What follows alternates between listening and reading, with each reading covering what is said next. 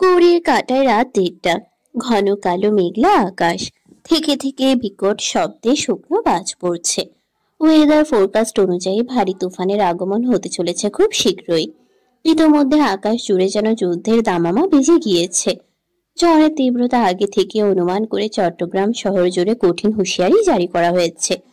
TV, radio, সমস্ত সংবাদ মাধ্যমে বারবার সতর্ক করা হয়েছে সন্ধ্যার পর ঘরের বাইরে না বের হতে। উপকূলীয় এলাকাতেও 9 নম্বর বিপদ সংকেত ঘোষণা করা হয়েছে।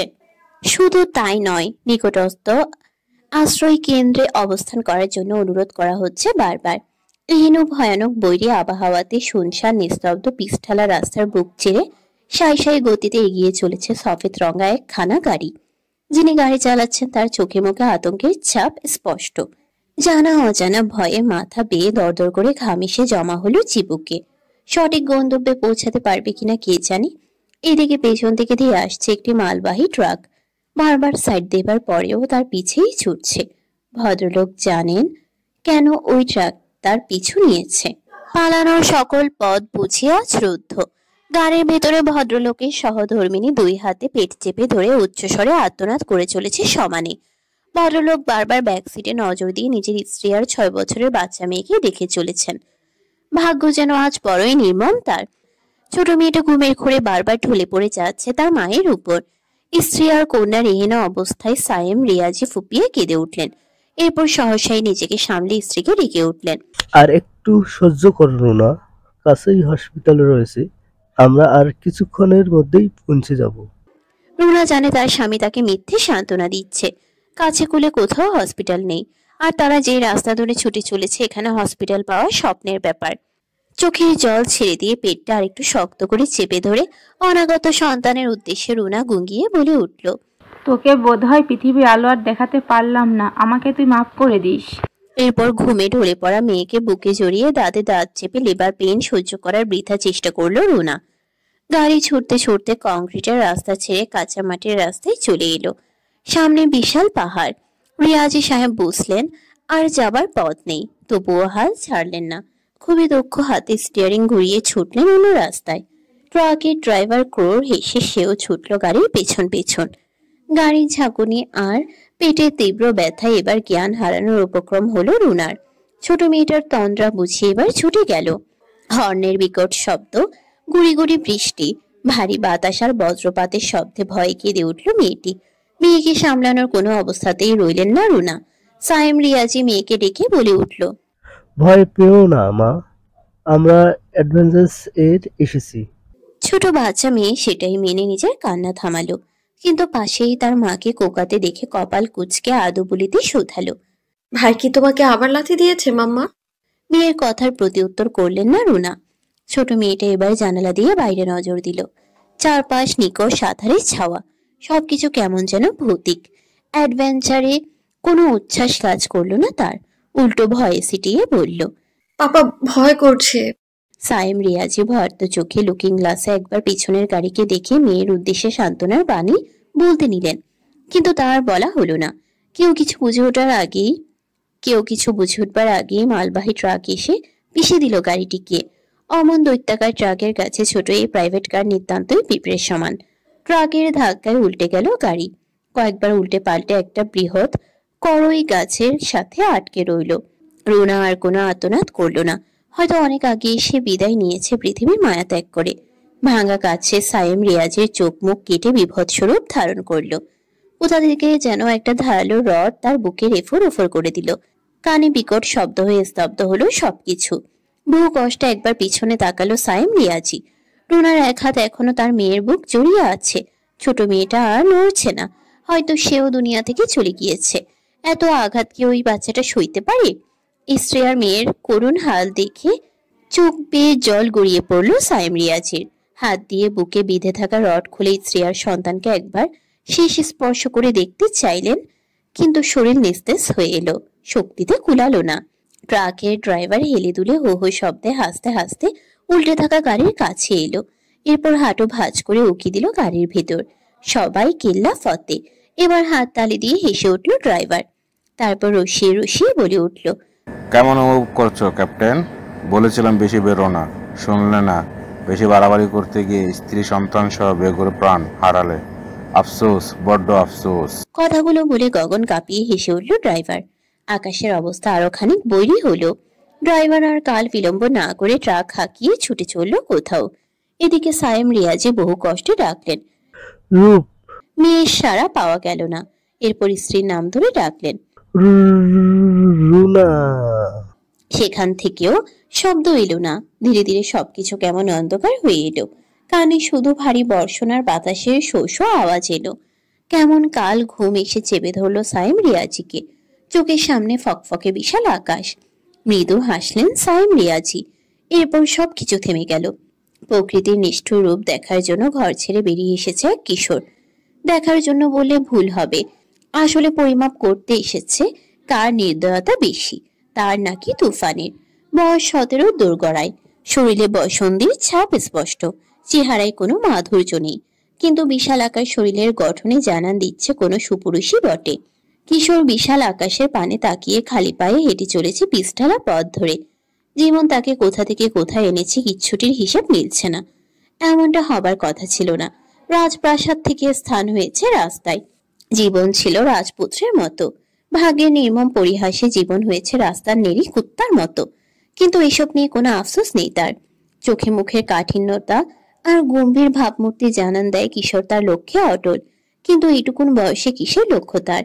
ঝড়ের মাত্রা আরো বাড়ল 2 ধাপ। ইতোমধ্যে গাছপালা ভেঙে রাস্তা অবরোধ হয়ে রয়েছে। নিকষ কালো আধার হৃদয় কাঁপিয়ে দেবার জন্য যথেষ্ট। বাতাসের তোড়ে টেকা মুশকিল। এই বুঝে উড়িয়ে অন্যত্র নিয়ে যায়।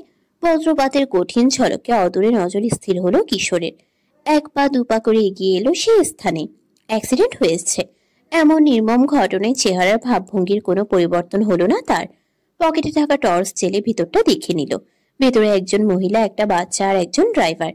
পোশাকে ড্রাইভার মনে হচ্ছে না। জাহাজের নাবিকের পোশাক তার গায়ে জড়ানো। সাদা দামি পোশাক, রক্তে লাল রং ধারণ করেছে।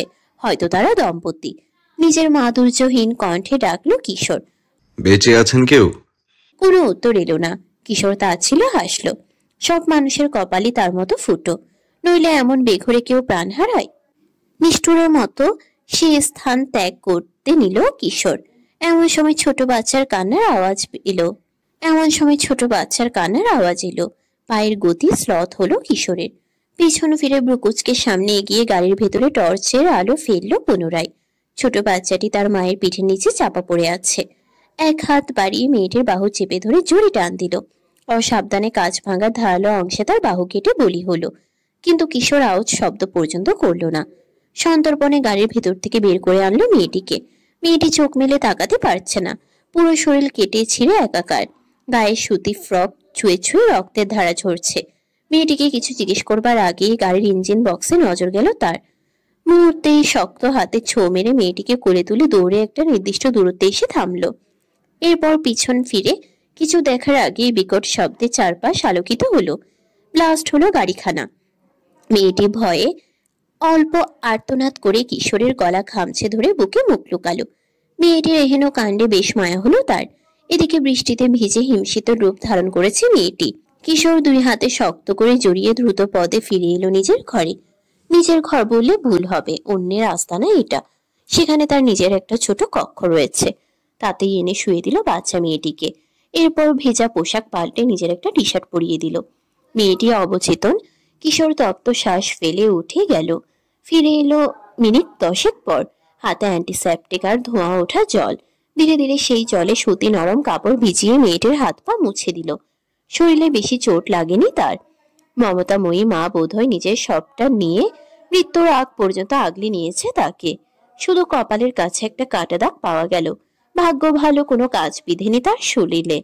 কিশোর ভালো করে হাত মুখ মুছিয়ে তুলোতে মেডিসিন লাগিয়ে কপালের ক্ষত পরিষ্কার করলো। এরপর একটা 1 টাইম ব্যান্ডেজ লাগিয়ে নিঃশব্দে উঠে গেল। ঘড়িতে সকাল 9:20 ঝড়ের পর সবকিছু নিস্তব্ধ, নীরব। চারপাশে রয়ে রয়ে যাওয়া তাণ্ডব দেখে ঝড়ের হিংস্রতা অনুমান করা যাচ্ছে সহজেই। ধীরে ধীরে বাড়ছে মানুষের কর্মব্যস্ততা। সেই সাথে সাফ করা হচ্ছে রাস্তাঘাট। গত রাতের ভয়ানক দুর্ঘটনা নিয়ে কোথাও কোনো খবর পাওয়া গেল না। হয়তো কেউ সেই খবর রাখেইনি। আর মোড়া ভাঙতে ভাঙতে উঠে এলো কিশোর। দুতলা বিশিষ্ট বিশাল বাড়িটির ড্রয়িং রুমে পায়ের উপর পা তুলে বসে আছেন মাঝবয়সী এক ব্যক্তি। নাম তার সুভান গং। চেহারায় কেমন যেন হিংস্রতা বিরাজ করে সবসময়। বাম চোখের নিচে লম্বালম্বি করে কালো রঙের কাটা দাগ গায়ে কাটা দেওয়ার অনুভূতি দেয়। বাঁকা বাঁকা লম্বা লম্বা গোঁফ তার আভিজাত্য বহন করে। পরনে সফেদ পাঞ্জাবি আর লুঙ্গি, সব মিলিয়ে তার মধ্যে শাসনকর্তার ভাব পরিলক্ষিত। দুই আঙ্গুলে বাম পাশের গোঁফ মোচড়াতে মোচড়াতে গম্ভীর মোটা স্বরে ডাকলেন, সাপরাস। ডাক শুনে এগিয়ে এলো কিশোর। মাথা নত করে উত্তর দিল, বলুন দাদাজান। শুনেছি মেয়ে নিয়ে এসেছিস এখানে। মেয়ে নয় দাদাজান, ছোট বাচ্চা। তাচ্ছিল্য হাসলেন সুভান। নিজের রাজকীয় চেয়ার থেকে উঠে দাঁড়িয়ে ক্ষিপ্ত গলায় বললেন, হায়নার আতুর ঘর এটা। এখানে রাস্তায় একটা বিড়ালও নিরাপদ নয়, সেখানে মেয়ে তো দূরের কথা। মাথা উঁচু করলো সারফারাজ। গলায় তেজ এনে বলল, এই বাচ্চা মেয়ে আমার আমানত দাদাজান। ওর দিকে চোখ তোলার আগে আমাকে অতিক্রম করতে হবে। কি করবি তুই? জ্যান্ত কেড়ে দেব। বয়স কত তোর? বয়সের চাইতে রক্তের তেজ বেশি দাদাজান। সুভান গং আর কথা বাড়লেন না। চূড়ান্ত সাহসিকতা দেখে রাস্তা থেকে তুলে এনে নিজের কাছে আশ্রয় দিয়েছিলেন এই ছেলেকে তিনি। তখন বয়স ছিল সবে 10। বাচ্চা থেকে ধীরে ধীরে পুরুষের রূপান্তর হচ্ছে এই ছেলে। কিন্তু গায়ে যেন রক্তের চাইতে কারেন্ট বেশি। চুলেই 440 ভোল্টের ঝটকা লাগে। যেমনটা ভেবেছিলেন তার চাইতেও খতরনাক এই ছেলে। মনে মনে সুভান নিজের বিশাল অধিপতি এই ছেলের হাতে তুলে দেবার স্বপ্ন দেখেন। কিন্তু কি আছে ভবিষ্যতে? সুভান শেখ আর সারফরাজ এর কথার মধ্যে গুটি গুটি পায়ে সিঁড়ি বেয়ে নেমে এলো মেয়েটি। সারফরাজ একবার নজর দিল তার পানে। মায়াবী এক বাচ্চা, যে কারোর মনে আদর স্নেহ জাগবে মেয়েটাকে দেখে। সারফরাজের বিশাল জামা মেয়েটার পায়ের হাতা ছড়িয়ে মেঝেতে করে করে খাচ্ছে। ভিত চোখে দুই হাতে টি শার্ট উঁচু করে ধরে ইতিউতি তাকাতে তাকাতে সারফরাজের সামনে এগিয়ে এলো মেয়েটি। এরপর সারফরাজের কনিষ্ঠ আঙ্গুল টেনে ধরে বড় বড় চোখে সারফরাজের পানে তাকিয়ে মিহি স্বরে বলল, ক্ষুধা লেগেছে, খাবার দাও। মেয়েটির আবদারে হৃদয় শীতল হলো সারফরাজের। হাঁটু গেড়ে মেয়েটির সামনে বসে দুই কাঁধে হাত রেখে সারফরাজ নরম কণ্ঠে শুধালো, নাম কি তোমার? সারফরাজের অদ্ভুত সাদা আকাশি মিশেলের আইস ব্লু চোখের মনিতে তাকিয়ে ফাঁকায় ডোক গিলল মেয়েটি। এরপর অস্ফুট স্বরে বলল, রূপকথা। দুটো শুকনো রুটি আর একটা ডিমের অমলেট সামনে নিয়ে বিষণ্ণ মুখে বসে আছে রূপকথা। এই খাবার সে খাবে না, কিন্তু সারফরাজের চোখের দিকে তাকিয়ে কিছু বলতেও পারছে না। এদিকে খিদের যন্ত্রণায় পেট ছিঁড়ে যায়। নিজের মা বাবা কাউকে কাছে না পেয়ে মাথা নিচু করে হঠাৎই ফুপিয়ে কেঁদে উঠল সে। মেয়েটির আকস্মিক কান্নায় ভেবাচাকা খেল সারফরাজ। ব্যতিব্যস্ত হয়ে ভরাট ফ্যাসফ্যাসে গলায় শুধালো, কাঁদছো কেন? একটু আগেই না খাবার খেতে চাইলে? মাথা তুলল না রূপকথা। ছোট ছোট হাত দিয়ে চোখের জল মুছে নিভু নিভু স্বরে বলল, এসব আমি খাই না। রূপকথার মুখে এমন কথা শুনে মহা মুশকিলে পড়ল সারফরাজ। এই মেয়ের খাদ্যাভ্যাস সে জানে না, আর মেয়ে মানুষহীন এই বিশাল বাড়িতে এর চাইতে বেশি কিছু আয়োজন করাও সম্ভব নয়। তবুও রূপকথার কান্না থামাতে কোমল কণ্ঠে সারফরাজ শুধালো, কি খেতে পছন্দ করো তুমি? রূপকথা নিজেও ওই খাবারের নাম জানে না। তার মা সকালবেলা উষ্ণ দুধের সাথে চকলেট চিপস মিশিয়ে খাওয়াতো তাকে। খুবই সুস্বাদু আর ইয়াম্মি। ওটাই প্রতিদিনের খাবার ছিল তার, নয়তো মুরগির মাংস দিয়ে সফট খিচুড়ি। সারফরাজকে মনের কথা বোঝাতে না পেরে আরো খানিক কাঁদল রূপকথা। মেয়েটির কান্নায় টিকতে না পেরে বেরিয়ে গেল সারফরাজ। ফিরল দীর্ঘ সময় পর, হাতে এক বাটি নুডলস। ধোয়া ওটা নুডলস রূপকথার সামনে রাখতে কান্না থেমে গেল। ঝকঝকে দাঁত বের করে মুহূর্তেই অমায়িক হাসলো। এরপর অল্প অল্প ফু দিয়ে তা খাওয়ায় মনোযোগ দিল। এদিকে সারফরাজের মাথায় হাজারো প্রশ্ন ঘুরপাক খাচ্ছে। রূপকথাদের গাড়ি নিজ চোখে ভালো করে দেখেছে সে। গাড়ির ভঙ্গুর দশা দেখে সে বুঝতে পেরেছে কেউ ইচ্ছে করেই ধাক্কা দিয়েছে। কিন্তু মানুষের শত্রুতা কি ছিল রূপকথার বাবার সাথে? আর এইটুকুন মেয়ে তাকে কতটুকুই তথ্যই বা দিতে পারবে? তবুও নিজের কৌতূহল দমাতে না পেরে রয়েসই জিজ্ঞেস করলো, তোমার বাবা কোথায় চাকরি করতেন? বাবার কথা মনে পড়তেই ঠোঁট টিপে নাকের পাতা ফুলালো রূপকথা। বড় বড় গোল গোল চোখ দুটো ঝাপসা হলো তার। তবুও মেয়েটি কাঁদল না। সারফরাজের প্রশ্নে কিছুক্ষণ কি যেন ভাবলো। এরপর ভাঙা ভাঙা স্বরে রূপকথা বলল, বিশাল বড় জাহাজে। সারফরাজের ধারণাই ঠিক, ভদ্রলোক জাহাজের ক্যাপ্টেন। কিন্তু এভাবে কেন তাকে প্রাণ হারাতে হলো? তর্জনী আঙ্গুল দিয়ে ভ্রু চুলকে সারফরাজ আবার জিজ্ঞেস করলো, তোমার বাবার নাম কি ছিল? এবার ঝটপট উত্তর দিল রূপকথা। খাবার খেতে খেতে বলল, সায়েম রিয়াজি, ক্যাপ্টেন সায়েম রিয়াজি। আর কোনো প্রশ্ন করলো না সারফারাজ। বাকি তথ্য সে নিজেই পোর্ট থেকে হাতিয়ে নেবে। তার আগে দেখতে হবে ক্যাপ্টেনের নিখোঁজ হবার ব্যাপারে কেউ কোনো সংবাদ প্রচার করে কিনা। রূপকথার খাওয়া শেষ হতেই সারফারাজ জিজ্ঞেস করলো, বাড়িতে মা বাবা ছাড়া কে আছেন তোমার? কেউ নেই। সরল উত্তর রূপকথার। তপ্ত শ্বাস ফেললো সারফারাজ। মেয়েটাকে এখানে সে রাখতে পারবে না। এইটুকু মেয়ে কার কাছে রেখে এবার সে নিজের কাজে যাবে? এবারের একজন মানুষকেও সে বিশ্বাস করে না। এরা কেউ মানুষ নয়, প্রত্যেকটা রক্ত খেকো পিশাচ। সুবহান গং ঠিকই বলেছে, রাস্তার বিড়ালও এখানে নিরাপদ নয়। সেখানে রূপকথা ছোট বাচ্চা মাত্র। মেয়েটার পানে কালো হাতের থাবা মেলতে এক মুহূর্ত ভাববে না কেউ। চিন্তা ভাবনার কোনো সুরাহা না করতে পেরে সারফরাজ সতর্ক বাণী ছুড়ল, শোনো রূপকথা, এটা একটা রাক্ষসপুরী। আমি না ফেরা পর্যন্ত এই ঘরের বাইরে পা ফেলবে না, ঠিক আছে? মাথা কাত করে সম্মতি জানিয়ে রূপকথা মিষ্টি হেসে শুধায়, তুমি কি রাক্ষস বধকারী রাজকুমার, ফেরি টেলের মতো? শুকনো হাসে সারফরাজ। কোনো প্রত্যুত্তর করে না। এরপর নিঃশব্দে উঠে যায়। যাবার আগে পুনরায় কড়া স্বরে আদেশ করে, আমি ব্যতীত কেউ এলে দরজা খুলবে না। এখানে কিন্তু হিংস্র রাক্ষসের বসবাস। দরজা খুললেই তোমাকে এসে খেয়ে নেবে। বুঝেছো কি বলেছি? সারফরাজের কথায় ভীত হয়ে মাথা জাগায় রূপকথা। আর কোনো বাক্য ব্যয় করে না সারফরাজ। সারফরাজ পেরিয়ে যেতেই নির্দেশ অনুযায়ী দরজার সিটকিনি আটকে দেয় রূপকথা। এখানে কিভাবে তার সময় কাটবে সে জানে না। কোথাও কোনো টিভি নেই, কোনো বুকস নেই, ড্রয়িং খাতাও নেই। তাহলে উপায়? ডাইনিং টেবিলে বসে আয়েশ করে লাল আটা শুকনো রুটি চিবুচ্ছেন সুবহান গং। মনে তার বিশাল এক আনন্দ ধরা দিয়েছে। সেই আনন্দের খবর কেউ জানে না। সুবহান গং জানাতেও চায় না। সব খুশি সবার মধ্যে ভাগ করতে নেই, নজর লেগে যায়। আর তার কাছে কুলে যারা আছে সবগুলোই এক একটা ভয়ঙ্কর পশু। নিজের স্বার্থ গুছিয়ে নিতে সুবহানের পিঠ পিছে ছুরি বসাতে এক মুহূর্ত ভাববে না তারা। ক্ষমতার লোভ প্রত্যেকটা মানুষের চোখে দেখেছে সুবহান। একেবারে জীব যেন লকলক করছে। সুবহানের মৃত্যুই তাদের একান্ত কাম্য। সুবহান সব জানে, তবুও না জানার ভান করে চোখ বুজে পড়ে থাকে। তিল তিল করে যেই সাম্রাজ্য সুবহান গড়েছে, এত সহজে তা কারো হাতে সোপার্দ করবে না সে। আর যদি করতেই হয় তবে সারফরাজ হবে এর যোগ্য উত্তরসূরি। রক্তের সম্পর্ক না থাকুক, এই সারফরাজ তাকে যা দিয়েছে দলের একটা গাধাও তা দিতে পারেনি।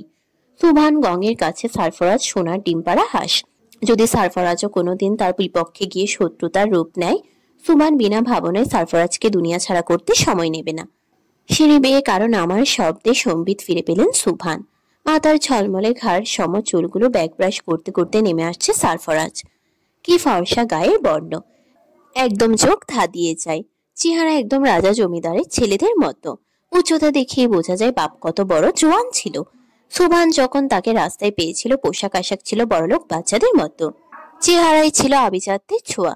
এমন একটা ছেলে ক্ষুধার্ত অবস্থায় ট্রেন স্টেশনের বাইরে কেন বসেছিল সুবহান আজও ভেবে পায় না। হয়তো ছেলেটি হারিয়ে গেছে ভেবে বহুবার সারফরাজের বাবা মা সম্পর্কে জিজ্ঞাসাবাদ করেছেন সুবহান, কিন্তু এই ছেলে কখনো মুখ খোলেনি। এত ছোট বয়সে এমন ধূর্ত ছেলে নিজের বয়সে দেখেনি সুবহান। ছেলেটির চেহারা দেখে মনে গভীর মায়া জন্মানোর কারণে আর ফেলে রেখে আসতে পারেনি সুবহান। সঙ্গে করে এনে ঠাঁই দিয়েছিলেন নিজের বাড়িতে।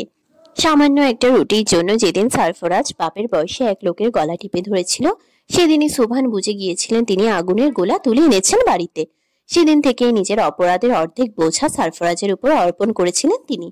এরপর থেকে এখনো নিশ্চিন্তে সারফরাজের উপর ভরসা করে নাকে তেল দিয়ে ঘুমান তিনি। খুন খারাপের দায়িত্বটাও ধীরে ধীরে সারফরাজের কাঁধে চাপাবেন। বয়স ছোট তাই অপেক্ষা। সারফরাজ যেদিন প্রাপ্তবয়স্ক যুবক হবে সেদিন আর অপেক্ষা করবেন না সুবহান। সুবহানের ধ্যান ভাঙল সারফরাজের ভারী মোটা স্বরে। পোর্টে যাচ্ছি দাদাজান, ফিরতে অনেক রাত হবে। কথাটি বলে থামলো সারফরাজ। এরপর দোতলায় নিজের কক্ষের দিকে নজর দিল। নাকের পাঠা ফুলিয়ে ফস করে শ্বাস ছেড়ে হিমশীতল কণ্ঠে বলল, সিংহের খাঁচায় যেন কারো হাত না পড়ে দাদাজান। তাহলে কি হবে জানেন তো? রুটি চিবোনো ছেড়ে নির্লিপ্ত চোখে সারফরাজের ভয়ানক চোখের পানে তাকিয়ে রইলেন সুবহান। সারফরাজ আরেকটু এগিয়ে এসে সুবহানের টেবিলে দুই হাত ভর দিয়ে ঝুঁকে বলল, কলিজা খুবলে নেব, সে যেই হোক না কেন। সুবহান দীর্ঘশ্বাস ফেলে শুধালেন, কুড়িয়ে পাওয়া বাচ্চার জন্য এত ঝামেলা কেন করছিস? বাবা মা না থাকলে ইতিমখানায় দিলেই তো ল্যাটা শুকে যায়। সুবহানের কথায় কেমন যেন শরীর জ্বলে উঠল সারফরাজের। তবুও কণ্ঠে খানিক মাধুর্য ঢেলে উত্তর করল, বাঁচার আশায় আমাকে ভরসাযোগ্য স্থান ভেবেও আমাকে আঁকড়ে ধরেছে দাদাজান। খুব শক্ত সেই হাতের বাঁধন, যেমন করে আপনি আমাকে ধরেছেন। কথা বলার আর কোনো মাধ্যম পেল না সুবহান। শেষ কথা সারফরাজ তাকে খোঁচা দিয়ে বলেছে, এটা সুবহান বেশ টের পেয়েছে। ছেলেটা সুযোগ পেলেই কেমন এক হাত ঢুকিয়ে দেয়। সারফরাজের কথাটা খুব খুব করে কেশে হজম করে নিল সুবহান। এরপর বলল, এখন কি সারাদিন বাড়িতে বসে এই বাচ্চার পাহারা দেব আমি? ফট করে তাচ্ছিল্য হেসে সারফরাজ বলল, নয়তো আর কাজ কি? সব তো আমিই করছি। আপনার দায়িত্ব যদি কোনো প্রকার চোট পৌঁছানো ছাড়া আমি নিখুঁতভাবে সম্পন্ন করতে পারি, তবে আমার একটা জিনিস আপনি দেখে রাখতে পারবেন না? ছেলেটির মারপেচওয়ালা কথায় খাওয়ার রুচি উঠে গেল সুবহানের। ধাক্কা দিয়ে রুটির থালা সরিয়ে বলল, ঠিক আছে, দেখে রাখবো। এবার যেখানে যাচ্ছিস সেখানে যা। কিন্তু নড়ল না সারফরাজ, ঠাই দাঁড়িয়ে রইল। পানি খেতে খেতে সুবহান শুধালো, আর কি? কিছু টাকা লাগবে দাদাজান।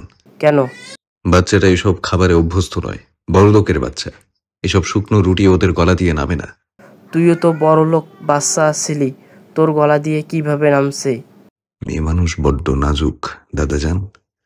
পুরোটাই তাদের তুলতুলে মোলায়েম নরম।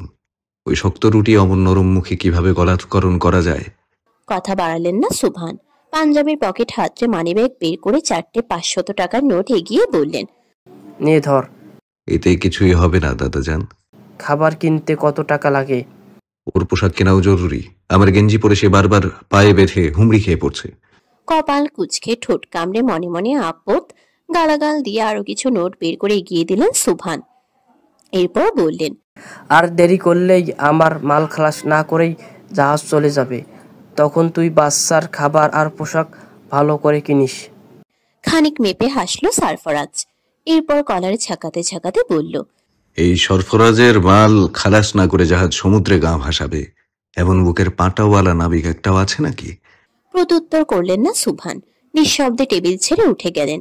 সারফরাজ নিজের কাজে যাবার আগে আরেকবার বলল, আপনার ছোট ভাগিনা মাসুদ কিন্তু একটা জানোয়ারের বাচ্চা। তার চরিত্র কিন্তু আমার নখের ডগায়। সে যেন সিঁড়ির ধাপগুলোতে গুনে গুনে পা রাখে। আর মানিককে আমি বলে দিয়েছি ওই বাচ্চা দুপুরে এবং রাতে কি খাবে। খাবারটা আপনি নিজে গিয়ে আবার ঘরে দিয়ে আসবেন। আসি। লম্বা লম্বা পা ফেলে চলে গেল সারফরাজ। সুবহান সেই যাওয়ার পানে এক দৃষ্টিতে তাকিয়ে রইল। ছেলেটা দিনে দিনে কেমন বেপরোয়া হয়ে উঠছে। কোনো কিছুতেই ভয় ডর নেই। শেষমেশ না জানি কোনো অঘটন ঘটে। দিনের আলো ফুরিয়ে সন্ধ্যার আধার এসে ঘিরে ফেলল চারপাশ। নিজের কাজ শেষ করে একটা সুপার শপে এলো সারফরাজ। এরপর কিছু খুঁজলো। সারফরাজের খোঁজাখুঁজি টের পেয়ে একজন সেলসম্যান এগিয়ে এসে বলল, কি লাগবে স্যার? সেলসম্যানের প্রশ্নে কিছুক্ষণ স্তম্ভিত রইল সারফরাজ। এরপর ইতস্তত স্বরে বলল, বড় লোকের বাচ্চারা সকাল বিকালের নাস্তায় কি খায়? সারফরাজের পা থেকে মাথা পর্যন্ত পরখ করলো সেলসম্যান। এরপর জিজ্ঞেস করলো, বেবির বয়স? প্রথমে হাত, এরপর নিজের কোমরের নিচে নির্দেশ করে সারফরাজ বলল। এতটুকু? সারফরাজ মাথা ঝাঁকিয়ে সব প্যাক করতে বলল। এরপর হঠাৎ একটা ছোট বাচ্চা আর তার মায়ের উপর নজর গেল সারফরাজের। বাচ্চাটা নিজের খুশি মতো এটা সেটা শপিং ঝুড়িতে ভরছে, চকলেট, চিপস এসব। সেগুলো দেখে সারফরাজ নিজেও কিনলো সেসব। এরপর বিল মিটিয়ে বেরিয়ে এলো। পোশাক কেনাও জরুরি। সময় যেন দ্রুত চলে যাচ্ছে। প্রথমবারের মতো বাড়ি ফেরার তারা ফুটে উঠল সারফরাজের চোখে মুখে। ঘরে শুয়ে বসে সময় কাটল না রূপকথার। ছোট মনে ভুলে গেল সারফরাজের সতর্কবাণী। গুটি গুটি পায়ে বিছানা থেকে নেমে খুলে ফেললো দরজা। এরপর বেরিয়ে এলো বাইরে। ড্রয়িং রুম, ডাইনিং রুমে কেউ নেই। চারপাশ নীরব নিস্তব্ধ। সদর দরজা খোলা। চোখে মুখে কৌতূহল ফুটিয়ে সেই দরজা দিয়ে বাইরে বেরিয়ে এলো রূপকথা। হঠাৎ টলতে টলতে একজন লোককে এগিয়ে আসতে দেখে দৌড়ে তার কাছে গিয়ে শুধালো, তুমি এভাবে হাঁটছো কেন? তোমার ঘুম পেয়েছে? আকস্মিক লোকটি তার পায়ের গতি থামালো। এরপর ভালো করে রূপকথার আওয়াজ অনুসরণ করে রূপকথার পানে নজর দিল। অ্যালকোহলের নেশাটা বড্ড চড়ছে আজ। শরীর মাথা দুই উত্তপ্ত। রূপকথা এখনো কোমরে 2 হাত গুজে পিটপিট করে লোকটির পানে তাকিয়ে আছে। বিশ্রী হেসে মানুষটি ছুকল। এরপর অ্যালকোহলের গন্ধ মেশানো হাত রূপকথার গালের পানে বাড়িয়ে দিল। রূপকথার মুখ স্পর্শ করার আগেই ঝড়ের বেগে কেউ টেনে নিল রূপকথাকে। এরপর হিসিয়ে বলে উঠল, দ্বিতীয়বার এমন ভুল করলে হাত কেটে নেব মাসুদ ভাই। আজই ফার্স্ট অ্যান্ড লাস্ট ওয়ার্নিং দিয়ে গেলাম। সারফরাজের আনা চকলেট আইসক্রিম 2 হাতে মাখিয়ে খাটের উপর বসে বসে খাচ্ছে আর পা দোলাচ্ছে রূপকথা। মেঝেতে বসে বসে সেই দৃশ্য দেখে খানিক হাসলো সারফরাজ। এরপর আদুরে কণ্ঠে বলল, মজা। তড়িৎ মাথা ঝাঁকালো রূপকথা। এরপর নিজের হাত খাওয়া একটা চকলেট সারফরাজের মুখের সামনে ধরে ছোট ছোট দাঁত বের করে ভুবন ভোলানো হেসে বলল। খাও। আকস্মিক এমন কাণ্ডে ভরকে গেল সারফরাজ। এরপর গলে পড়া চকলেটের উপর নজর বুলালো। কিছুক্ষণ আগেই এটা চেটে চেটে খেয়েছে রূপকথা। চকলেট ফেলে এবার রূপকথার পানে নজর দিল সারফরাজ। পুরো গাল মুখ মাখিয়ে খেয়েছে সে। মেয়েটির পুরো মুখশ্রী দেখে অদ্ভুত মায়া হলো সারফরাজের। হয়তো মেয়েটির মা বেঁচে থাকলে আদরে যত্নে তুলে তুলে খাবার খাওয়াতো। তপ্ত কম্পিত শ্বাস ফেলে একটা টিস্যু দিয়ে রূপকথার তুলতুলে মুখশ্রী মুছতে মুছতে সারফরাজ বলল, আমি চকলেট খাই না, তুমি খাও। চকলেট খেলে দাঁতে পোকা হয়। সারফরাজের কথায় ভ্রুকুচকে খাওয়া থামিয়ে রূপকথা বলল, তুমিও মাম্মার মতো মিথ্যে বলছো না? পাপা বলেছে দাঁত ব্রাশ করলে সব পোকা মরে যায়। আর কথা বাড়ালো না সারফরাজ। কিছুক্ষণ উসখুস করে ধীর কণ্ঠে সারফরাজ বলল, আচ্ছা, তোমার বাবা মায়ের জন্য তোমার খারাপ লাগে না? হাতের চকলেট পুরোটা খাওয়া শেষ করে আঙ্গুল চাটতে চাটতে রূপকথা বলল, লাগে।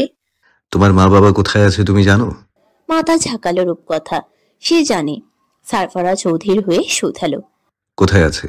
খোলা জানালায় আঙ্গুল তাক করে ভাঙা কণ্ঠে রূপকথা বলল, আকাশের তারা হয়ে গেছে। কথাটি বলেই জোরে কেঁদে উঠল। মেয়েটির কান্নায় সারফরাজ নিজেও ব্যথিত হলো। এরপর মেঝে থেকে উঠে গিয়ে রূপকথাকে কোলে তুলে নিয়ে বুকে জড়ালো। রূপকথা সারফরাজের গলা জড়িয়ে ধরলে বলল, মাম্মার পেটে আমার ছোট ভাই ছিল। মেয়েটির বড় বড় চোখ বেয়ে টপ টপ করে জল ঝরছে। সারফরাজ সেই চোখের জল মুছে বলল, কেঁদো না রূপকথা, এখানে বড় বড় মনস্টার আছে। কান্নার শব্দ শুনে এখানে এসে তোমায় খেয়ে নেবে, তখন তুমিও আকাশের তারা হয়ে যাবে। সারফরাজের কথায় ধীরে ধীরে কান্না থামালো রূপকথা। এইটুকুন বয়সে তার জীবন গতিহীন গন্তব্যহীন হয়েছে। তার বাকি জীবন কিভাবে চলবে সে বিষয়েও সে কিচ্ছুটি জানে না। সারফরাজহীন তার যাবার জায়গাও নেই। কোনোদিন কোনো আত্মীয় স্বজনও দেখেনি সে, হয়তো নেই। তবে কোথায় যাবে সে? সারফরাজ নিজেও চিন্তিত রূপকথাকে নিয়ে। এভাবে বদ্ধ ঘরে মেয়েটিকে কতদিন বন্দি করে রাখবে সে? ছোট বাচ্চা পাখা মেলে পুরো বাড়ি বিচরণ করবে। সেখানে একটা বদ্ধ ঘরেই তার চলাচল সীমাবদ্ধ হয়েছে।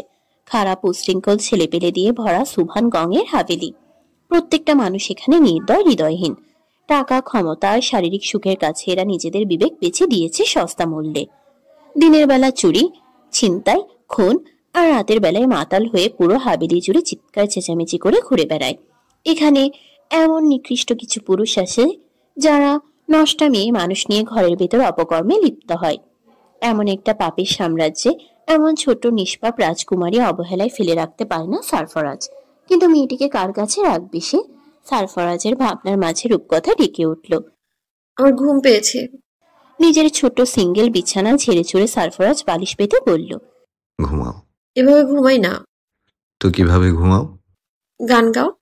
এবার মহা ফ্যাসাদে পড়ল সারফরাজ। কি গান গাইবে সে? আর তার যেই গলা একদম ফাটা বাঁশের মতো গমগমে। এই বেসুরে গলায় গান গাইলে ঘুম আসার পরিবর্তে ঘুম চিৎকার করে পালাবে। রূপকথাকে চুলে বিলি কেটে সারফরাজ বলল, আমি কোনো গান জানি না, চুল টেনে দিচ্ছি, ঘুমাও। কিন্তু নাছোড় বান্দা রূপকথা। তার কান্না শুনলে ঘুম হবে না। এবার নিজের কপালে চাপড় মারল সারফরাজ। এরপর কিছুক্ষণ স্তব্ধ থেকে ধীর গলায় গাইল, টুইঙ্কেল টুইঙ্কেল লিটল স্টার। গুনগুনিয়ে গান ধরতেই 2 মিনিটের ব্যবধানে ঘুমের রাজ্যে পাড়ি দিল রূপকথা। কিন্তু হৃদয় দগ্ধ হলো সারফরাজের। চেপে রাখা কান্নায় বুক ভার হয়ে গলা বিষিয়ে উঠল। নিজের মায়ের সুন্দর মুখশ্রী আর সুমধুর গলায় ছড়া কেটে ঘুম আনন্দের স্মৃতি মনে পড়তে আকাশী চোখ দুটো রক্তবর্ণ হলো। নিবৃত্তে 2 ফোঁটা জল গড়িয়ে পড়ল নিখুঁত গাল পেয়ে। ধীর পায়ে মেঝে থেকে উঠে দাঁড়ালো সারফরাজ। বেলকনির দিকে পা বাড়াতেই থেমে গেল। রূপকথা শক্ত হাতে তার শার্ট টেনে ধরে আছে। আলগোছে সেই শার্ট ছাড়িয়ে বারান্দায় এসে হাহাকার বড়া নয়নে খোলা আকাশে দৃষ্টি মেলল সারফরাজ। এরপর কষ্ট মিশ্রিত কণ্ঠে বলল, আমি আজও রাতে ঘুমাতে পারি না আম্মু। আমার কানে তোমার সুর বেজে ওঠে। মনে হয় এই বুঝি তুমি আমাকে ডাকছো। আমি এখনো তোমার স্পর্শ অনুভব করতে পারি। তুমি কোথায় আছো আম্মু? দেখো, তোমাকে ছাড়া তোমার রাজ ভালো নেই। কোথায় তোমাকে না খুঁজেছি। কথাগুলো বলতে বলতে ফুপিয়ে মুখ চেপে কেঁদে উঠল সারফরাজ। কিছুক্ষণ পর নিজেকে সামলে নিয়ে বলে উঠল, তুমি চিন্তা করো না আম্মু, পাতাল থেকে হলেও তোমার ছেলে তোমাকে খুঁজে বের করবে। আমি জানি তুমি এখনো বেঁচে আছো। খুব সকালবেলা নিজের ঘর থেকে বেরিয়ে এলো সারফরাজ। রূপকথা বেঘরে ঘুমোচ্ছে। ছোট মানুষের ঘুম বোধ হয় একটু বেশি। সারফরাজ মুখ হাত ধুয়ে ফ্রেশ হয়ে কিচেনে গেল। তারপর এক মগ কফি নিয়ে ছাদে চলে গেল। স্নিগ্ধ মনোরম এই সকালবেলা সুভান গং ছাদেই থাকেন, প্রকৃতির সৌন্দর্য উপভোগ করেন। এক পা দুপা করে সারফরাজ ছাদে উঠল। ছাদের এক কোণে পাতানো চেয়ার টেবিলে দাবার গুটি সাজিয়ে নিজে নিজেই খেলে চলেছেন সুভান। আজকাল রাতে ঘুম হয় না তার। বয়স বাড়ার সাথে সাথে মানুষের ঘুম চলে যায়, সেই সাথে রুচি উঠে যায় সমস্ত কিছুর উপর থেকে। কিন্তু টাকার স্বাদ ভিন্ন। মৃত্যুর আগ পর্যন্ত এর রুচি দূর হয় না। কিছুক্ষণ নীরবে দাঁড়িয়ে সুভান গং এর খেলা উপভোগ করলো সারফরাজ। দাবা খেলা বেশ পছন্দ করেন সুভান। তার মতে যারা বুদ্ধিমান আর তীক্ষ্ণ বুদ্ধিমত্তার অধিকারী তাদের পছন্দের খেলা হচ্ছে দাবা। সুভান গং নিজেকে চূড়ান্ত জ্ঞানী মনে করেন। এই বিষয়ে সারফরাজ তাচ্ছিল্য হাসে। যারা জ্ঞানী তারা কখনো নিজেকে জাহির করে না। সে যাই হোক, কফিতে অল্প চুমুক দিয়ে লম্বা লম্বা পা ফেলে সুভানের সামনে গিয়ে বসলো সারফরাজ। খেলা ভালোই জমিয়েছেন সুভান, কিন্তু খেলার রুল ভঙ্গ করে খেলছেন তিনি। নিজেকে জেতানোই যেন তার মুখ্য উদ্দেশ্য। কফির মগ রেখে সারফরাজ খোড়া গুটি হাতে তুলে নিল। এরপর 2 ঘর ডিঙ্গিয়ে সুভান গঙের একটা গুটি খেয়ে ফেলল। আকস্মিক এমন আক্রমণে সুভান কপাল কুঁচকে ফেললেন। এরপর শুধালেন, কবে থেকে জানিস এই খেলা? বাঁকা হেসে সারফরাজ বলল, 8 বছর বয়স থেকে। তোর বাপ দাদা খেলছেন? মাথা ঝাঁকিয়ে আরেকটা গুটি খেয়ে নিল সারফরাজ। এরপর উত্তর করল, সেরা দাবাড়ু ছিলেন তিনি। আরো কিছু প্রশ্নের আগ্রহ প্রকাশ করলেন সুভান। এই ছেলে সম্পর্কে জানার ইচ্ছে তার বহুদিনের, কিন্তু সুযোগ দিল না সারফরাজ। সে তার গমগমে কণ্ঠে সুভানকে থামিয়ে বলে উঠল, খেলায় মনোযোগ দিন দাদাজান, আপনি হেরে যাচ্ছেন। কথাটা গায়ে লাগলো সুভানের। সে কখনো হারতে শিখেনি। জীবনে জিত ছাড়া কোনো হার নেই তার। হাঁটুর বয়সে এই ছেলের কাছে তো আরো নয়। ধীরে ধীরে খেলা জমল। টান টান উত্তেজনা দুজনের মধ্যে। সাদা গুঠি নিয়ে বেশ গর্ব সুভানের, কিন্তু সেই গর্ব খর্ব করলো সারফরাজ। সুভানের রাজাকে চারপাশ থেকে ঘিরে ধরল সারফরাজ। সমস্ত পথ বন্ধ। নিজের অদ্ভুত ভয়ানক চোখ দিয়ে সুভানের বিধ্বস্ত চেহারা একবার পরখ করলো সারফরাজ। এরপর স্মিত হেসে আওড়ালো। চেক। সারফরাজের হুমকিতে মাথার রক্ত টকবক করছে সুভানের। জীবনে প্রথমবার তার হার হতে যাচ্ছে। কোনোভাবেই চেক কাটাতে পারবে না সুভান। এদিকে সারফরাজের মুখে ক্রূর হাসি। সুভান হার মানতে বাধ্য। নিজের মন্ত্রী দিয়ে সুভানের রাজ্জাকে ধাক্কা দিয়ে ফেলে সারফরাজ ভারী গলায় বলে উঠল, চেকমেট। দাবার গুটির পতনের সাথে সাথে সুভানের সমস্ত দম্ভ, অহংকার, তেজ আর ক্রোধ যেন মাটিতে গুড়িয়ে গেল। অধিক ক্রোধে কাঁপতে কাঁপতে টেবিল ছেড়ে উঠে দাঁড়িয়ে শক্ত গলায় জিজ্ঞেস করল, কি চাস? এমন প্রশ্নের অপেক্ষাতেই যেন ছিল সারফরাজ। প্যান্টের পকেটে 2 হাত গুজে সেও উঠে দাঁড়ালো। এরপর শুধালো, ক্যাপ্টেনকে মারলেন কেন? রেলিং খামচে ধরে নিজের ক্রোধ নিবারণ করলেন সুভান। এরপর বললেন, আমার ব্যক্তিগত বিষয় নাক গলানোর অধিকার তোকে আমি দেইনি সারফরাজ। ভাবলেশহীন হয়ে সারফরাজ বলল, উনি অনেক ভালো মানুষ ছিলেন, সেই সাথে ছিলেন সৎ। তার স্ত্রী অন্তঃসত্ত্বা ছিলেন, তাদের ছোট একটা বাচ্চাও ছিল। পুরো পরিবার শেষ করা কি ভীষণ জরুরি ছিল? এবার ঘুরে তাকালেন সুভান। এরপর দ্রুত পদে এগিয়ে এসে সারফরাজের শার্টের কলার চেপে ধরে ধমকে উঠলেন, কলিজা অনেক বড় হয়ে গেছে তো, তাই না? সুভানের চোখে চোখ রেখে সারফরাজ বলল, যে এতিম বাচ্চাটা আমার সাথে ঘুরে বেড়াচ্ছে সে ওই ক্যাপ্টেনের মেয়ে। এমন নিষ্পাপ বাচ্চার চেহারা দেখে আপনার বুক কাঁপে না দাদাজান? অপরাধ বোধ জাগে না? ভোলা ভালা বাচ্চাটা বাবা মা হারিয়ে কিভাবে বেঁচে আছে তার খোঁজ নিয়েছিলেন কখনো? হাতের বাঁধন আলগা হয়ে এলো সুভানের। আলগোছে সারফরাজের কলার ছেড়ে দিয়ে কম্পিত কণ্ঠে বলে উঠেন, আমাকে পুলিশের ভয় দেখিয়েছিল ওই কর্নেল। বারবার হুমকি দিয়ে চাচ্ছিল, কোটি টাকার মামলা সহ করে থানায় ধরিয়ে দিয়েছিল। ওসি আমার পালিত কুত্তা না হলে তুই এই লেকচার দেওয়ার জন্য অবশিষ্ট থাকতি না এখানে। ওই যে দামি কফি গিলছিস আর তার বদলে লাল আটার বালুওয়ালা কিরকিরে উটি আর ডাল চিবাতে হতো। বুঝছিস কি বলতেছি? সুভানের কথায় প্রশস্ত হাসে সারফরাজ। এরপর বলে উঠে, এভাবে কত জনের রক্তে আপনার হাত লাল হয়েছে দাদাজান? মাথা উঁচু করে সারফরাজের পানে তাকিয়ে রয় সুবহান, কিন্তু কোনো উত্তর দিতে পারে না। সে উত্তর দিতেও চায় না। নিজের ব্যক্তিগত ব্যাপারে অন্যের কাছে জবাবদিহিতা করতে মোটেও পছন্দ নয় তার। উত্তরের জন্য অপেক্ষা করল না সারফরাজ, পিছন ফিরে হাঁটা ধরল। এমন সময় গম্ভীর গলায় সুবহান বলে উঠলেন, মেয়েটাকে আমার চোখের সামনে থেকে বিদায় কর সারফরাজ, নয়তো একেও দুনিয়া সারা করতে আমার 1 মিনিট ভাববো না আমি। বড় হয়ে যে বাপের প্রতিশোধ নিয়ে ফুঁসে উঠবে না তার কোনো গ্যারান্টি। অযথা একটা বাচ্চার জন্য কেন আমার সাথে সম্পর্ক খারাপ করছিস? ভুলে যাস না তোকে আমি রাস্তা থেকে তুলে এনে এখানে জায়গা দিয়েছি, খাইয়ে পরিয়ে বাঁচিয়ে রেখেছি। নুন খেলে গুণ গাইতে হয়, জানিস তো নাকি? পায়ের গতি দ্বিগুণ করে ফিরে এলো আবার সারফরাজ। নিম্নভাগের লালচে ঠোঁট কামড়ে ধরে বাঁকা হাসল। এরপর ঠান্ডা ভয়ানক গলায় বলল, নুন যা খেয়েছি তার 1000 গুণ আপনাকে ফেরত দিয়েছি দাদাজান। আর রইল ওই বাচ্চাকে শেষ করা। ওই বাচ্চার সাথে যতক্ষণ আমি আছি ততক্ষণ আপনি কেন, আপনার মরা বাপ কবর থেকে উঠে এসেও কিচ্ছুটি বাঁকাতে পারবে না। কারণ আমি ওই মেয়ের শেল্টার হয়ে সামনে দাঁড়াবো। আর দ্বিতীয়বার যদি ওই মেয়েকে নিয়ে এমন ভাবনা ভেবেছেন, আপনার মন আমি জ্বালিয়ে ছাই করব দাদাজান। সারফরাজের হুমকিতে থরথর করে কেঁপে উঠলেন সুবহান। বারবার তার মনে হয় কোথায় যেন এমন গলার স্বর, এমন হুমকি তিনি শুনেছেন, কিন্তু মনে করতে পারেন না। মাঝে মধ্যে সারফরাজকে প্রচন্ড ভয় লাগে তার। মনে হয় সারফরাজ তার জম। মনের ভিতরে পশু সত্তা বারবার চিৎকার করে বলে ওঠে, শেষ করে দে ওই ছেলেটাকে, নয়তো এই ছেলেই একদিন তোর নাম, তোর সমস্ত ধুলে মিশিয়ে দিবে এক তুড়িতে। তবুও সুবহান পারে না। কেমন এক অদ্ভুত মায়া তাকে আঁকড়ে ধরে আছে। কি সেই মায়া? রাতের আধার গ্রাস করেছে চারিধার। ঘড়ির কাঁটায় রাত 12:20 পুরো হাবেলি নিস্তব্ধ নীরব। দূর থেকে কেমন ভয়ানক এক পাখির আর্তনাদ ভেসে আসছে। চারপাশ গুমট উত্তপ্ত। হয়তো রাতে কোনো ঝড় আঘাত হানবে। কি নাম সেই ঝড়ের? মদের বোতল হাতে নিয়ে টলতে টলতে সারফরাজের ঘরের সামনে এসে দাঁড়ালো মাসুদ। সারফরাজ বাড়িতে নেই। মাসুদ নিজ চোখে দেখেছে। সারফরাজের আনা নাদুস নুদুস মেয়েটার প্রতি বড্ড লোভ হয়েছে মাসুদের। কিন্তু সারফরাজের ভয়ে আধারে ঘিসতেই পারে না সে। কেমন হিংস্র বন্য শুয়োরের মতো ঘোত করে সারফরাজ। মাসুদ মনে মনে ভাবে, সারফরাজ নিজের খাইশ মেটানোর জন্য এই মেয়েকে এনেছে। মেয়ে মানুষের আবার ছোট বড় আছে নাকি? এই সারফরাজ বড্ড চতুর। মুখে ভালো মানুষের ভান ধরে থাকে, কিন্তু ভেতরে ভেতরে আস্ত এক জানোয়ার। নিজের গরম মাথা শীতল করতে দরজায় কড়া নাড়ে মাসুদ। একবার দুবার বারবার। মাসুদের কড়া নাড়ার শব্দে ঘুম ভেঙে যায় রূপকথার। সারফরাজ ভেবে ঘুম ঘুম চোখে দরজা খুলতেই মাসুদ হুমড়ি খেয়ে পড়ে রূপকথার উপর। কোনো কিছু বুঝে উঠবার আগেই রূপকথার গালে এক কামড় বসিয়ে দেয় মাসুদ। ব্যথায় চিৎকার করে ওঠে রূপকথা।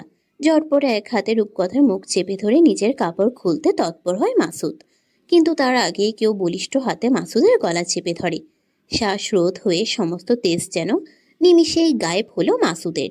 নিজের সর্বস্ব দিয়ে মাসুদকে ছুঁড়ে ফেলে রূপকথাকে বুকে টেনে নেয় সারফরাজ। এরপর ভীত রূপকথাকে বিছানায় বসিয়ে সারফরাজ বলে ওঠে, এটা একটা মনস্টার রূপকথা। এটাকে আমি এক্ষুনি মেরে ফেলবো। তুমি শুধু কিছুক্ষণ অপেক্ষা করো, ঠিক আছে? আমি একটু পরেই ফিরে আসবো। সারফরাজের পেটের কাছের শার্ট খামচে ধরে কান্না জড়িত কণ্ঠে রূপকথা বলে উঠল, আমার ভয় করছে, ও আমাকে ব্যথা দিয়েছে সারফরাজ। রাগে ক্রোধে সারফরাজ কথা বলার কোনো অবস্থাতেই নেই। নাসারন্ধ্র দিয়ে কেমন আগুনের উত্তপ্ত বাতাস বের হচ্ছে ফসফস শব্দে। তবুও নিজেকে নিয়ন্ত্রণে এনে সারফরাজ বলল, এখন যদি এই মনস্টার আমি না মারি তাহলে এটা আবার তোমার কাছে আসবে রূপকথা। রূপকথা সারফরাজের শার্ট ছেড়ে দিয়ে আধো বলিতে শোধায়, একদম মেরে ফেলবে? সারফরাজ ভারী ভয়ানক কণ্ঠে উত্তর করল, একদম। রাতের ঘন কালো আধারের পরিসমাপ্তি ঘটিয়ে টকটকে লাল উষার আগমন ঘটেছে। পূব আকাশে কমলা রঙের আলো বিলাচ্ছে কোমল সূর্য। সুন্দর শীতল বাতাসে মোহচ্ছন্ন চারিধার। ছোট্ট নাইটিঙ্গল পাখির ঝাঁক গাছের ঘন পাতার ছোপে লুকিয়ে লুকিয়ে চিকন সুমিষ্ট স্বরে ডেকে চলেছে অবিরত। কিন্তু সেই সুর বেশিক্ষণ স্থায়ী হলো না। কাকের ঝাঁক এসে কাকা শব্দে ভয়ানক করে তুলল চারপাশ। মুহূর্তেই সুন্দর সকাল কেমন ভয়ানক রূপ ধারণ করল। নিত্যদিনের ন্যায় আজও খুব ভোরে নিদ্রা ত্যাগ করে ছাদে উঠলেন সুবহান গং। সকালের কোমল রূপ উপভোগ করতে বেশ পছন্দ করেন তিনি। মন শরীর দুটোই ভালো থাকে এই মুহূর্তে। সিঁড়ি বেয়ে এক পা দুপা করে এগিয়ে চলেছেন সুভান। এক হাতে সফেদ লুঙ্গির নিচের সোনালি পাড়ের অংশ ধরে রেখেছেন, অন্য হাতে দাবার বোর্ড। আজকাল একা একা দাবা খেলা নেশায় পরিণত হয়েছে তার। এখানে তাকে হারানোর কেউ নেই, সে নিজেই উইনার। বিষয়টা মনে মনে বেশ পৈশাচিক আনন্দ দেয় তাকে। ছাদে এসে দুই হাত উঁচিয়ে আরেকটু আড়মোড়া ভাঙলেন সুভান। এরপর লম্বা শ্বাস টানলেন। ভোরের নির্মল মিষ্টি হাওয়া যেন ভুর ভুর করে নাসারন্ধ্র দিয়ে হৃদয়ে প্রবেশ করলো। কেমন এক আত্মিক শান্তি অনুভব হলো। এরপর আয়েশ করে চেয়ারে বসে সামনে তাকাতেই দৃষ্টি বিস্ফোরিত হলো। দাবার বোর্ড সরিয়ে তড়িৎ উঠে এগিয়ে গেলেন রেলিং এর নিকট। এরপর থমথমে মুখে তাকিয়ে রইলেন নিজের হাতে লাগানো বহু স্বাদের বাবলা গাছের দিকে। প্রশস্ত গাছটা মাথা উঁচু করে দাঁড়িয়ে আছে, উচ্চতায় যেন আকাশ ছুঁই ছুঁই। সেই বাবলা গাছের সর্পিল ঢালে ঝুলছে নিজের আদরের একমাত্র ভাগিনা। বাতাসের দোলায় দড়িখানা ক্যাচক্যাচ শব্দ তুলেছে। ডালটির ছাল ওঠার নমুনায় মনে হচ্ছে দীর্ঘ সময় ধরে ঝুলছে এই লাশ। নির্লিপ্ত চোখে সেই লাশের পানে তাকিয়ে ছাদ থেকে নেমে গেলেন সুভান। এরপর ধীরে ধীরে হাঁটতে লাগলেন সেই গাছ অভিমুখে। প্রতিটা কদমের সাথে সাথে সুভানের চোখ হলো অগ্নিবর্ণ, আর চোয়াল হলো শক্ত। ভারী উত্তপ্ত নিঃশ্বাসে বাঁকা কোফগুলো নড়ে নড়ে উঠছে। পায়ের জুতার পিস্টনে মাটি গলে ধুলো হচ্ছে, কেঁপে উঠছে ধুতনি। ইতোমধ্যে হাবিলির অনেক মানুষ সেই গাছের নিচে এসে জমায়েত হয়েছে। উপস্থিত নেই শুধু সারফরাজ, যে নিজে এমন ভয়ানক কাণ্ড ঘটিয়েছে। তার এখানে উপস্থিত হওয়াটা কি বিশেষ জরুরি? মাসুদের নিথর দেহের সামনে গিয়ে শক্ত হয়ে দাঁড়িয়ে রইলেন সুভান। সুন্দর গড়নের ফর্সা ছেলেটাকে কেমন ভয়ানক ঠেকছে। দেখিয়ে পেট গলিয়ে বমির উদ্রেক হচ্ছে। বেশ কয়েকজন নাক মুখ চেপে বমি আটকানোর চেষ্টা করেও বিফল হলো। মাসুদের গায়ের চামড়া উপড়ে ফেলা হয়েছে, দগদগে মাংস আর চকচকে তেল দৃশ্যমান। কেটে নেওয়া হয়েছে বিশেষ অঙ্গ। শুধু তাই নয়, জোর জবরদস্তিমূলক তা এঁটে দেওয়া হয়েছে তার মুখগহ্বরে। হাত দুটো বোধ হয় শক্তি প্রয়োগে ভেঙে দেওয়া হয়েছে। গায়ে কোনো কাপড়ের অস্তিত্ব নেই। গাছের নিচে অনাদরে পড়ে রয়েছে শুকনো মরিচের গুঁড়া আর লবণ। মাসুদের মেলে রাখা বড় বড় ফ্যাকাশে চোখ দুটোতে ভয়ের আভাস স্পষ্ট। মৃত্যুর পূর্ব মুহূর্তে যেন পৃথিবীর সবচাইতে ভয়ানক কিছুর দর্শন করেছে ওই চোখ জোড়া। মাসুদের এমন ভয়ানক রূপ দেখে কেউ আর কথা বলার অবস্থায় রইল না। ভয়ে যেন তাদের কলিজা শুকিয়ে উঠল। কিন্তু সুভান নির্বিকার। সে এখনো ঠাই দৃষ্টি মেলে তাকিয়ে রয়েছে মাসুদের পানে। কয়েক মুহূর্তে এভাবে গড়াতে এগিয়ে এলো সারফরাজ। সারফরাজের পায়ের শব্দ শ্রবণ ইন্দ্রিয়ে প্রবেশ করতেই মাথা নিচু করলেন সুভান। নিজের ধেয়ে আসা কান্না গলাধাক্করণ করে চোখ তুলে সারফরাজের পানে দৃষ্টি নিবদ্ধ করলেন। এরপর শুধালেন, চামড়াটাও তুলে নিলি? প্রশস্ত হাসল সারফরাজ। ভয়ানক ঠেকল সেই হাসি। চোখ দুটো কেমন নির্দয়। এইটুকুন ছেলের নিঃশ্বাসটাও যেন বিষাক্ত। সুভানের সামনে এগিয়ে এসে ভারী শীতল গলায় সারফরাজ বলল, চামড়ার নিচে প্রচুর যন্ত্রণা দাদাজান। সেই যন্ত্রণায় মাসুদ ভাই ভুলে সিংহের খাঁচায় ঢুকে গেছিল। কি করে ছাড়ি বলুন? বারবার বোঝানোর পরও যদি কেউ অবুঝের মতো আচরণ করে তাহলে আমার আর কি করার? আর কথা বাড়ালেন না সুভান। নিজের চোখের সাহায্যে মনের ক্রোধ নিভৃত্তে জানালেন সারফরাজকে। তা দেখে সারফরাজ স্মিত হাসল। এইসব চোখ রাঙানি সে গায়ে মাখে না। সে কোনো ভুল করেনি। নিজের আমানত রক্ষায় প্রয়োজনে এর চাইতেও ভয়ানক হয়ে উঠবে সে। এই জন্য যদি মানুষের খাতা থেকে তার নাম বদলে পশুর খাতায় যায় তবে যাক না, ক্ষতি কোথায়? রূপকথার ফর্সা কোমল গালটা কুচকুচে কালো জখমে ছেয়ে আছে। সকাল থেকেই ভয়ে সিটিয়ে আছে মেয়েটা। সেই যে সারফরাজকে খামচে ধরে আছে, কোনোভাবেই ছাড়ছে না। থেকে থেকেই গালের টনটনে ব্যথায় কেঁদে উঠছে। কোনোভাবেই আজ রূপকথাকে সামলাতে পারছে না সারফরাজ। মনে মনে সারফরাজ ভেবে নিয়েছে এখানে সে আর রূপকথাকে রাখবে না। কিন্তু এখানে না রাখলেও কার কাছে রাখবে? নিজের চেনা জানা পরিচিত সেরকম কেউ নেই যার কাছে নিশ্চিন্তে রূপকথাকে রেখে স্বস্তির শ্বাস ফেলতে পারবে সারফরাজ। এই মুহূর্তে সারফরাজের মনে হচ্ছে এই মেয়েটাকে না বাঁচালেই বুঝি ভালো হতো। বাবা মায়ের সাথে সেও আকাশে চলে যেত, কোনো ঝামেলা রইত না। হঠাৎই সারফরাজ খেয়াল করলো মেয়েটির শরীরের উত্তাপ অস্বাভাবিক। এবার যেন আরেকটু বিপাকে পড়ল সে। সাংঘাতিক জ্বরে শরীর পুড়ে যাচ্ছে। এত এত ঝামেলা কিভাবে সামাল দেবে সারফরাজ? এ ধারে নিজের ঘরে রকিং চেয়ারে সমানে দুলে চলেছে সুভান। কিছুই যেন তার মন মতো হচ্ছে না। সারফরাজকে নিয়ে তিনি যা যা ভেবে রেখেছেন সব কেমন গুলিয়ে যাচ্ছে। ওই ক্যাপ্টেনের পরিবার তাকে একদম নিঃশেষ করে দিয়ে গেছে। এদিকে সারফারাজ আজ চরম ধৃষ্টতার পরীক্ষা দিয়েছে। হাতের মুঠো থেকে সহসাই যেন এই সারফারাজ বেরিয়ে পড়তে চাইছে, কিন্তু সুভান গং এ কিছুতেই হতে দিতে পারেন না। সারফারাজ হিন তার সাম্রাজ্যের প্রতিটা ইট খসে খসে পড়বে, যে কোনো মূল্যে সারফারাজকে তার পক্ষে চাই। কিন্তু বাচ্চা মেয়েটির হঠাৎ অবতার সবকিছু এলোমেলো করে দিচ্ছে। মুহূর্তেই রূপকথার উপর চরম আক্রোশ জন্মালো সুভান গংয়ের। মেয়েটির উপর প্রবল জেদ আর ঘৃণা ফুটিয়ে ডেকে উঠলেন পশু তুল্য নির্দয় কাবির নামে ট্রাক ড্রাইভারকে। পশুর হৃদয়ে সামান্য দয়ামায়ার উপস্থিতি থাকলেও কাবিরের মধ্যে তার রেশ মাত্র নেই। হাজার কাকুতি মিনতি করেও ক্ষমা ভিক্ষে পাওয়া যায় না এই কাবিরের থেকে। অবশ্য এর ক্রেডিট সবটাই সুভানের। একদম ছোটবেলায় ধরে এনে মানুষ খুনের দায়িত্ব দিয়েছিলেন এই ছেলেকে তিনি। খুন খারাপের মধ্যে থাকতে থাকতে পাষাণে পরিণত হয়েছে এই ছেলে। মানুষকে নৃশংস মৃত্যু দিতে বেশ পছন্দ করে কাবির। এক প্রকার মদের নেশার মতো খুনের নেশায় আসক্ত সে। এদিকে দাদাজানের ডাক পেয়ে দৌড়ে এলো 30 বছরের তাগড়া যুবক কবির। সবেই খেতে বসেছিল বোধ হয়। হাতের আঙ্গুলে ভাত লেগে আছে। কাবির মাথা নত করে বুকে হাত ভাঁজ করে বলল, বলুন দাদাজান। কাবিরের হিংস্র চেহারার পানে একবার নজর বোলালো সুভান।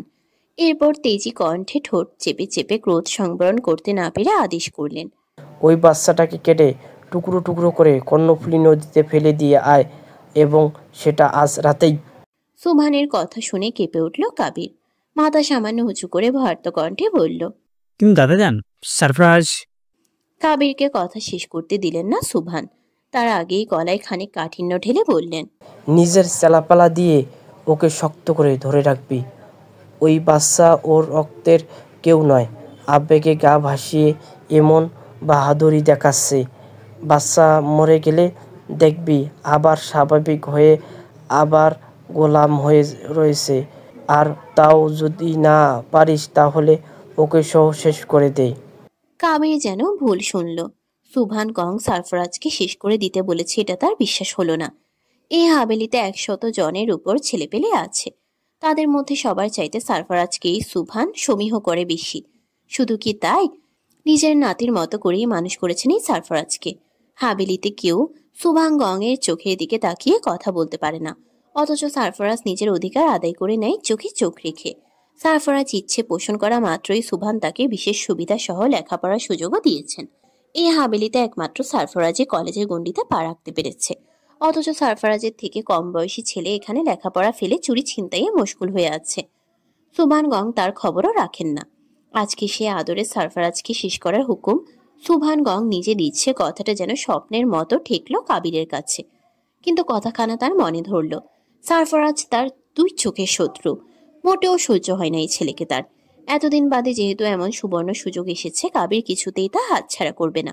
ওই মেয়েকে শেষ করার আগে সারফরাজকে শেষ করবে সে।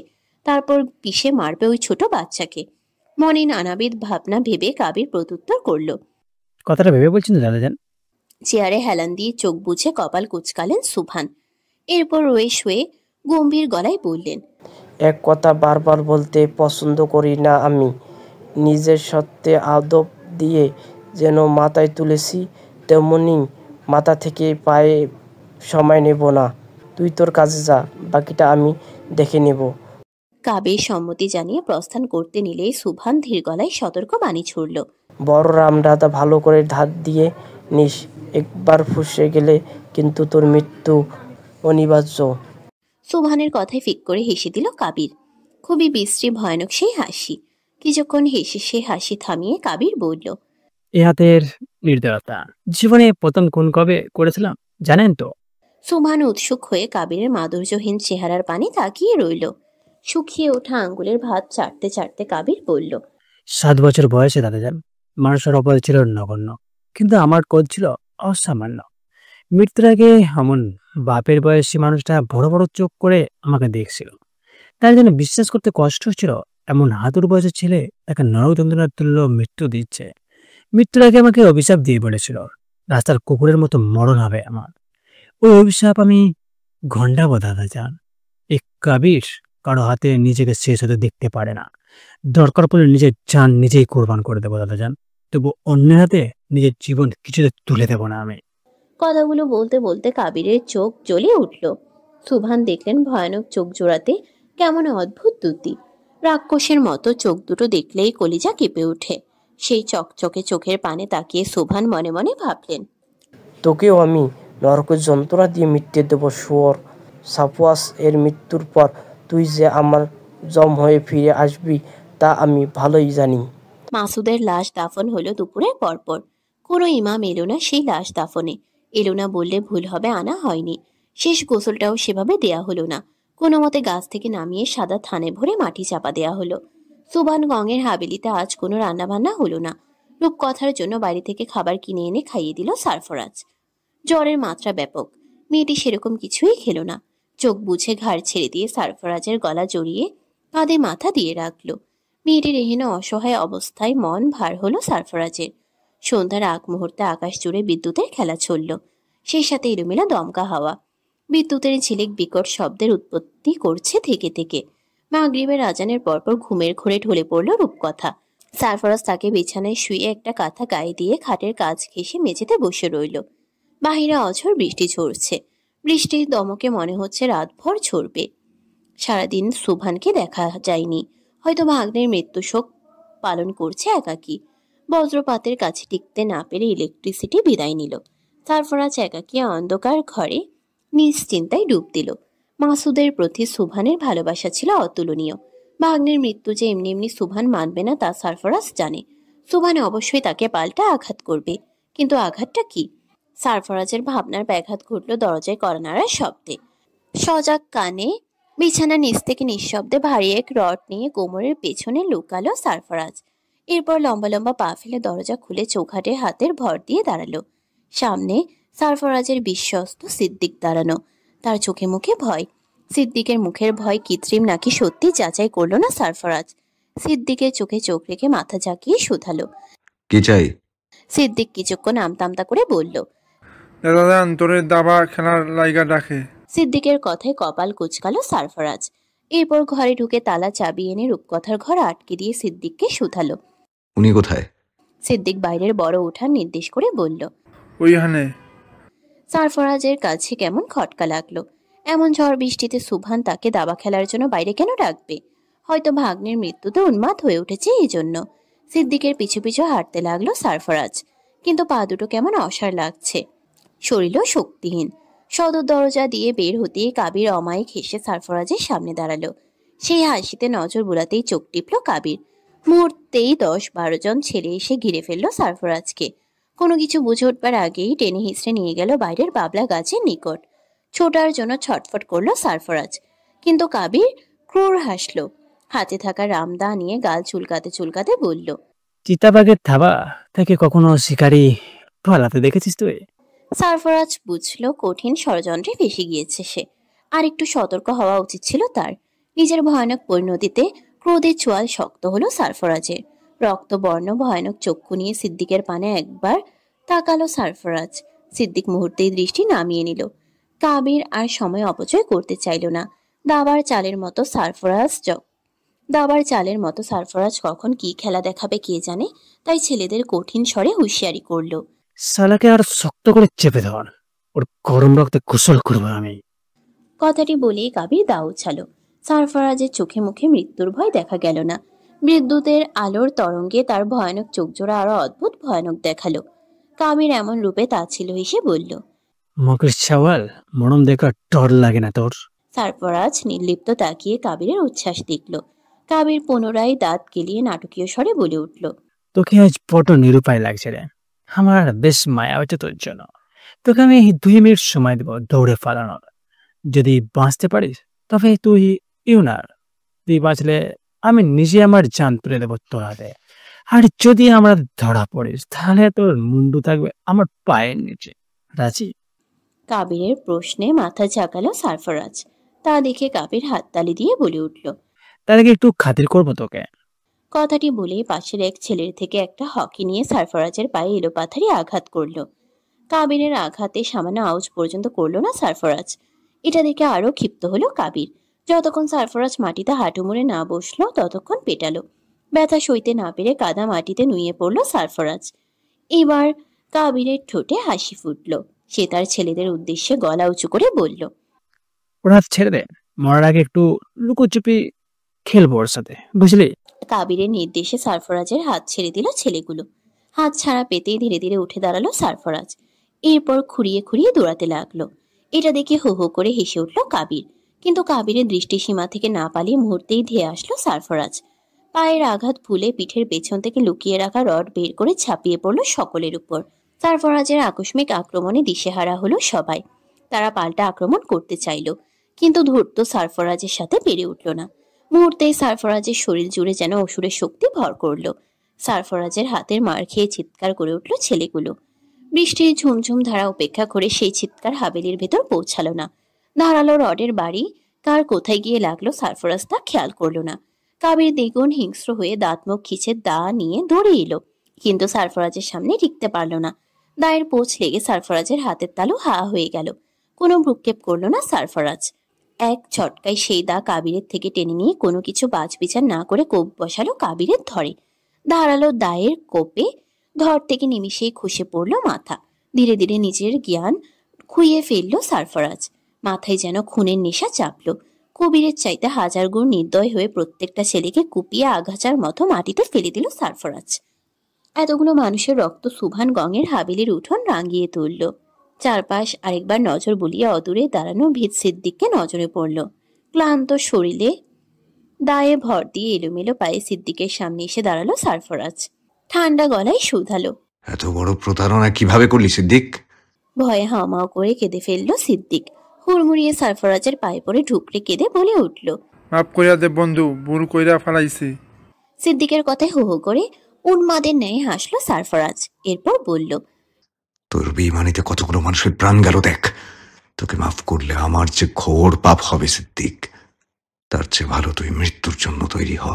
নিজের প্রাণীর শঙ্কায় কেঁদে সারফরাজের পায়ে মাথা নোয়ালো সিদ্দিক, কিন্তু সামান্য হৃদয় টলল না সারফরাজের। সিদ্দিকের কান্না আগুন জ্বালিয়ে দিল সারফরাজের শরীরে। সিদ্দিককে লাথি দিয়ে দূরে ফেলে সারফরাজ হিংস্র কণ্ঠে বলে উঠল, কালেমা পর সিদ্দিক, ওর আল্লাহর নাম মুখে নেবার সময় পাইনি। তুই আমার বন্ধু, সেই দায়ভার থেকে তোকে এতটুকু ক্ষমা আমি করতেই পারি। কঠিন মৃত্যু দেব না তোকে আমি, এত দ্রুত মারবো তোকে তুই নিজেও জানবি না যে দুনিয়া থেকে তোর বিদায় হয়েছে। মুষল ধারে যেই ভারী বর্ষণ হচ্ছিল তা ধীরে ধীরে কমে এলো, কিন্তু বিদ্যুৎ চমকানো থামলো না। এখনো থেকে থেকে আকাশে গুড়গুড় শব্দে ডেকে উঠছে। দূর থেকে দল বাঁধা কুকুরের খেউ খেউ কর্কশ স্বর ভেসে আসছে ক্ষীণভাবে। সবকিছু কেমন ভুতুরে গা ছমছমে। বৃষ্টির আভাস পেলেই আজকাল ইলেকট্রিসিটি দৌড়ে পালায়। চারিধারে কোথাও এক ফোঁটা আলোর অস্তিত্ব নেই। এক হাত কাছের জিনিসও ভালো মতো দেখা যাচ্ছে না। বিদ্যুতের চমকে সিদ্দিকের এলোমেলো দৌড়ে পালানো দেখে উন্মাদের ন্যায় হেসে উঠল সারফরাজ। পারেনি সে তার বেঈমান বিশ্বাসঘাতক বন্ধুকে মারতে। বিবেক যেন কোথাও একটা বাধা দিয়ে ধিক্কার দিয়ে বলে উঠল, একদিনের জন্য হলেও ও তোর সুখের সঙ্গী ছিল, কিভাবে মারবি ওকে? বৃষ্টির জলের সাথে সিদ্দিকের পদযুগলের সংঘর্ষে এতক্ষণ ধরে যে ছপ ছপ আওয়াজ কানে লাগছিল তা এখন আর শোনা যাচ্ছে না। হয়তো প্রাণের ভয়ে সিদ্দিক সুভানের হাবেলির ত্রিসীমানা থেকে বহুদূরে পালিয়ে গেছে। সিদ্দিক যাবার পথের পানে তাকিয়ে তাচ্ছিল্য হেসে ধপ করে উঠোনে বসে পড়ে গেল। সারফরাজ। শরীর জুড়ে রক্তের গন্ধ। যে ভয়াবহ অপরাধ দেহে এক বিন্দু প্রাণ থাকতে করতে চাইনি, তাই যেন করতে হলো। মাসুদকে দিয়েই যেন নির্দয়ভাবে মানুষের প্রাণ কেড়ে নেবার হাতে খড়ি হলো। এখন কেমন যেন হাত দুখানা নিষ্পিস করছে। আরো আরো রক্ত ছুঁতে চাইছে হাত দুটো। মানুষের প্রাণ কেড়ে নেবার নেশা বুঝি এতটাই প্রকট? এই নেশা কি করে দমাবো আমি? হাতের দাটাকে শক্ত করে ধরে তাতে ভর দিয়ে উঠে দাঁড়ালো সারফরাজ। বিদ্যুতের ঝলকে কাবিরের অনাদরে পড়ে থাকা দেহহীন মুন্ডু চুলের মুঠি ধরে হাতে তুলে নিল। এরপর ধীরে ধীরে ক্লান্ত শরীরে হাঁটতে লাগলো হাবেলি অভিমুখে। হাবেলির মোজাইক করা মেঝেতে ঘুষে ঘুষে রামদা টেনে নিয়ে যাচ্ছে সারফরাজ। পাথরা লোহার ঘর্ষণে ভয়ানক স্ফুলিঙ্গের উৎপন্ন হচ্ছে। আর কেমন গা শিউরে ওঠে শব্দ। এলোমেলো বাতাসের দাপটে হাবেলির কাঠের দরজা জানালা চৌকাটে বাড়ি খেয়ে ক্যাচক্যাচ শব্দ তুলেছে। সুভান গঙের কক্ষের দরজার ফাঁক গলিয়ে অল্প হলদেটে মোমের শিখা দেখা যাচ্ছে। সেই শিখা অনুসরণ করে হেঁটে চলল সারফরাজ। কয়েক সেকেন্ডের ব্যবধানে সুবহানের দরজার সামনে এসে থামলো সারফরাজ। এরপর দায়ের মাথা দিয়ে অল্প ধাক্কা দিয়ে খুলল দরজা। কক্ষের এক কোণে নিজে নিজেই দাবার গুটি সাজিয়ে খেলায় মুজেছেন সুবহান, কিন্তু চোখে মুখে কোনো আনন্দের আভাস নেই। কিন্তু কেন? দরজায় অল্প শব্দ হতেই দাবার বোর্ড ছেড়ে দরজায় দৃষ্টি পাতল সুবহান। দরজায় সারফরাজ দাঁড়িয়ে, সদ্য রক্ত স্নানে শরীর ভিজিয়েছে সে। সুবহান তপ্ত শ্বাস ফেলে উঠে দাঁড়ালো। এরপর চেয়ার ছেড়ে বেরিয়ে এলো। কাবিরের মুন্ডু থেকে চুয়ে চুয়ে রক্ত ঝরে সুবহানের ঘর ভাসিয়ে দিচ্ছে। সুবহান যেন পূর্ব থেকেই কাবিরের পরিণতি জানতেন, তাই তেমন কোনো প্রতিক্রিয়া দেখালেন না। সারফরাজ দাঁড় মুন্ডু নিয়ে সুবহানের সাজিয়ে রাখা দাবার টেবিলে রাখলো। এরপর চেয়ারে গায়ে লিয়ে বসে ক্লান্ত স্বরে বলে উঠল, খুব ক্লান্ত লাগছে দাদাজান। 9 জন মানুষের ধর কাটা চারটিখানি ব্যাপার নয়। সুবহান গ্লাসে করে এক গ্লাস জল সারফরাজের সামনে রেখে গম্ভীর গলায় বললেন,